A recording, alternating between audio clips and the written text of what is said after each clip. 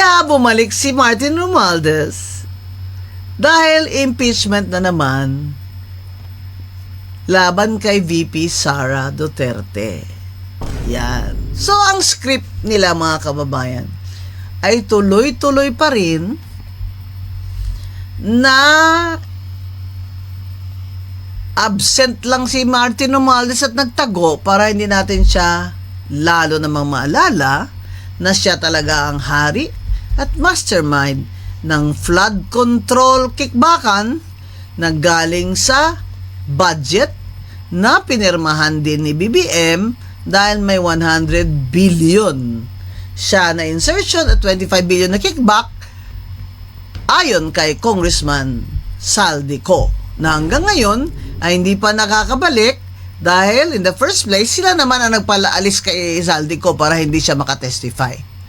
Nung bumaligtad at gusto nang magsabi ng totoo ay hindi naman nila gustong bumalik talaga. Kaya hanggang ngayon, hindi naman nila nakakancel ang passport at hindi naman nila pinapa-Interpol. Yan.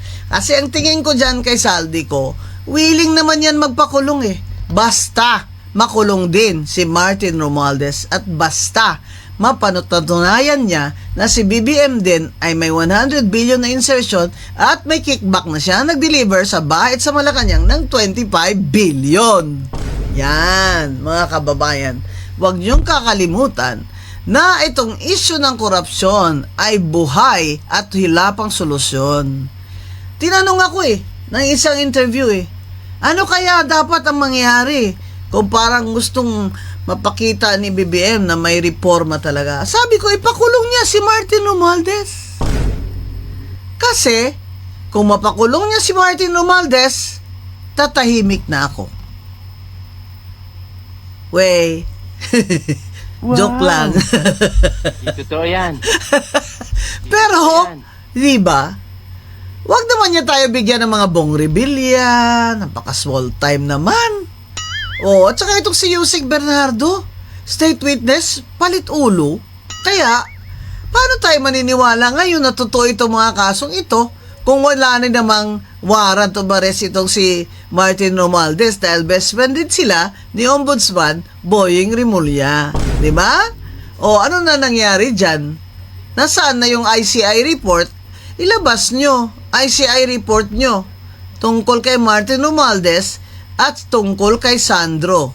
Di ba? Nag-attend po sila ng ICI. Yan, mga kababayan.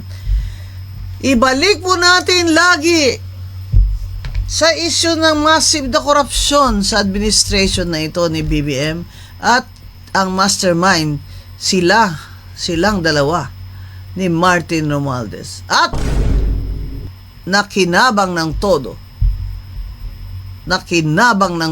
ang mga congressman na magnanakaw dahil kanya-kanya na silang insertion, flood control na mga ghost at mga substandard projects,